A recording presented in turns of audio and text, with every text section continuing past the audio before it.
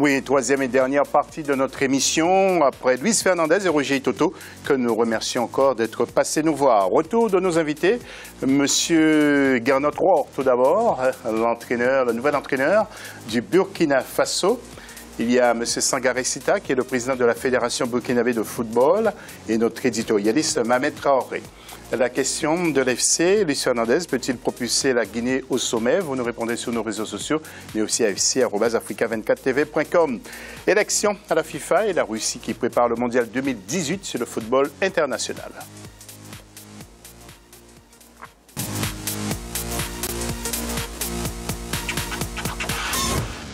D'abord, un rapide coup d'œil sur le championnat italien pour vous confirmer bien que la Juventus qui va participer à la finale donc, de la Ligue des Champions, termine en tête de ce championnat. Et vous allez le voir tout à l'heure, donc après la toute dernière journée. Et donc la Juve est devant Rome et la Lazio, 4e Naples et 5e la Fiorentina. Voilà donc pour la synthèse. Et puis parlons aussi du Real de Madrid qui rate une place donc en finale de la Ligue des Champions. Et puis justement Ancelotti, Carlo de son prénom, a été viré, mais le Bayern n'a viré personne de son côté.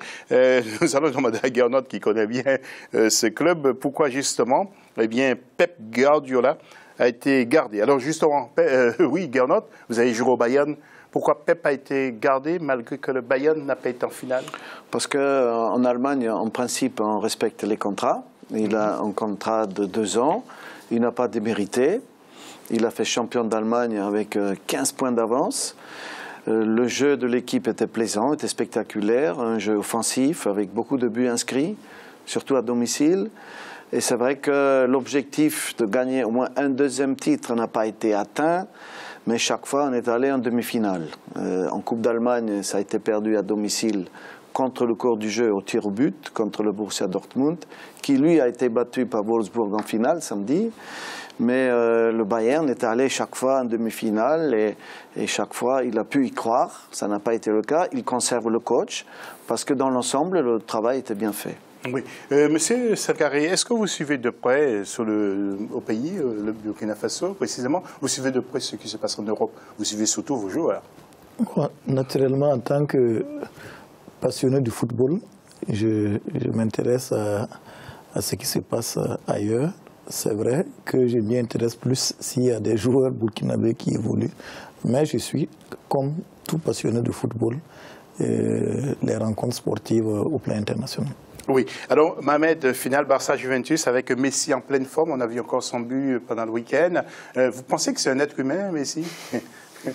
En tout cas, il a retrouvé tout le niveau qu'il avait ces dernières années, parce que l'année dernière, c'était un peu compliqué pour lui, des problèmes physiques, des blessures, mais cette année, surtout cette deuxième partie de la saison, il a pu démontrer tout ce qu'on connaît, on savait de lui, quoi. Donc c'est pour ça que la finale, ça penche, la victoire penche beaucoup plus du côté du FC Barcelone, parce que quand on a Messi à n'importe quel moment, on l'a vu lors des demi-finales aussi, ce qu'il a fait contre le Paris Saint-Germain, à n'importe quel moment, on sait qu'il peut faire quelque chose que d'autres équipes n'ont pas dans leur effectif. Exactement. Alors, et puis finale de la Coupe de France, et vous avez dû suivre aussi avec la victoire du Paris Saint-Germain face au Auxerre, 1-0, donc un petit score.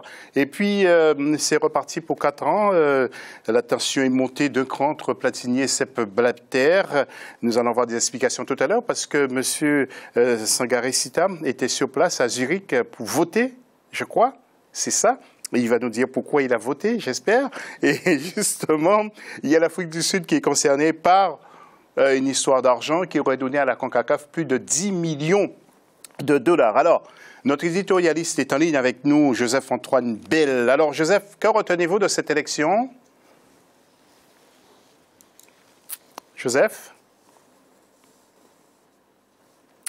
Joseph-Antoine Bell, qui doit nous dire qu'est-ce qu'il retient de cette élection. Il est reparti pour 4 ans. Je n'ai pas à être satisfait. Les membres de la FIFA ont voté comme ça, mais je pense qu'il faut interpréter quand même les éléments des derniers jours. On ne peut pas crier et demander à corps et à cri que Blatter démissionne simplement parce qu'on aurait découvert des gens qui appartiennent à la FIFA et qui ne sont pas, il faut quand même le relever finalement, ce ne sont pas des gens qu'il a choisis, ce sont des gens qui représentent des continents, qui représentent des associations, qui les ont envoyés à la direction de la FIFA. Donc Blatter n'est pas, il faut qu'on sache par exemple que Blatter n'est pas responsable d'Ayatou. C'est l'Afrique qui envoie Ayatou au comité exécutif.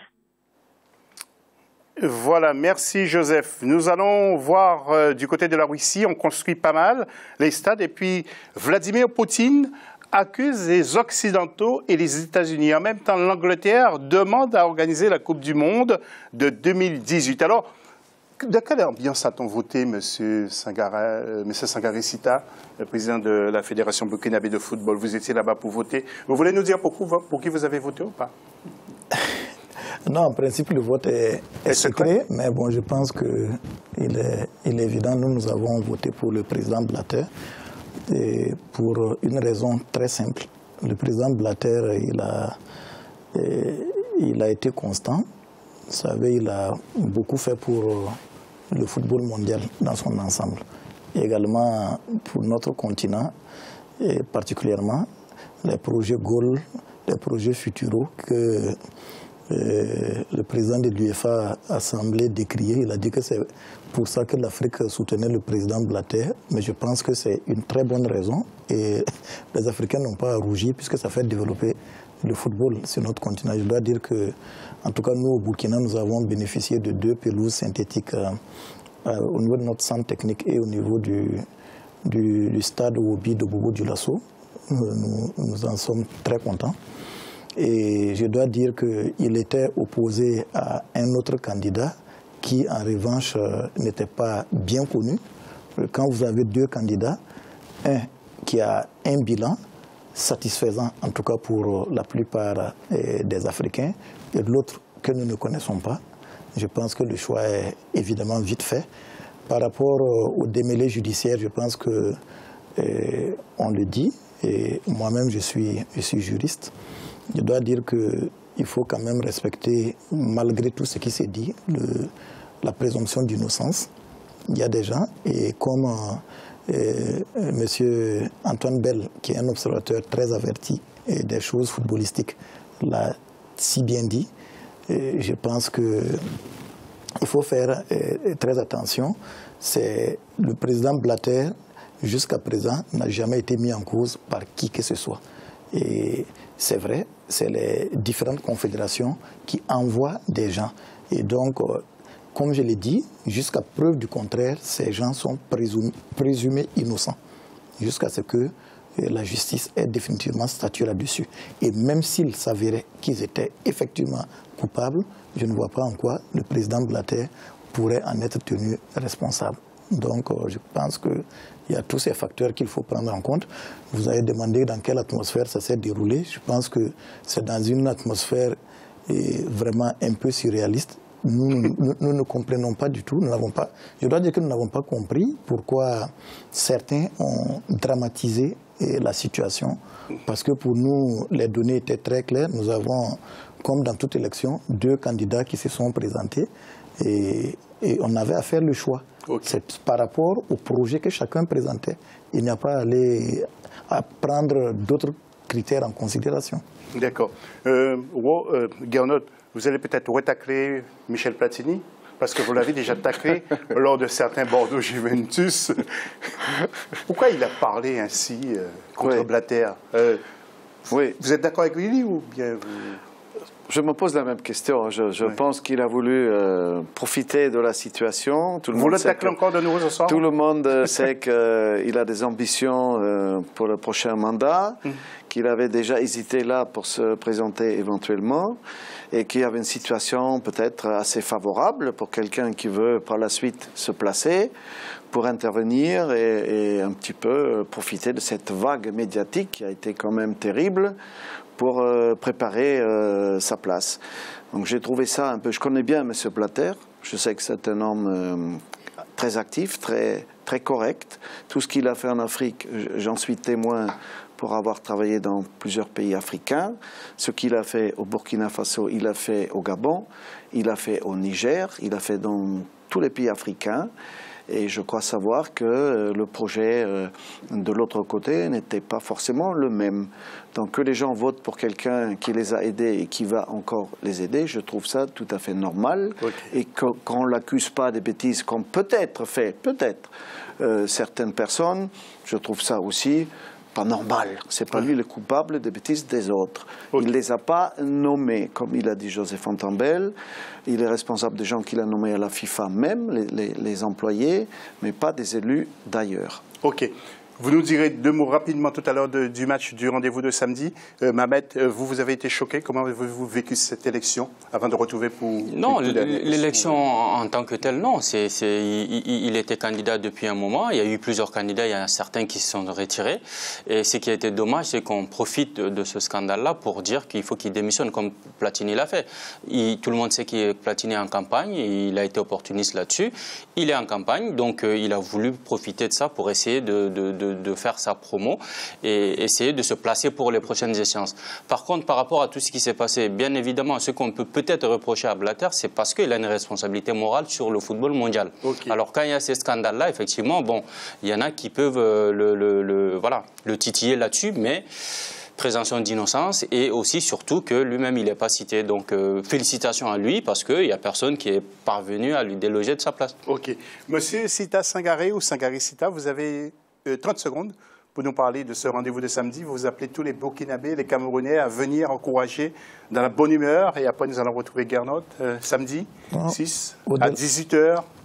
Au-delà des communautés burkinabées et camerounaises, je pense que je voulais inviter simplement tous les amateurs du football à venir supporter, parce que c'est déjà ça.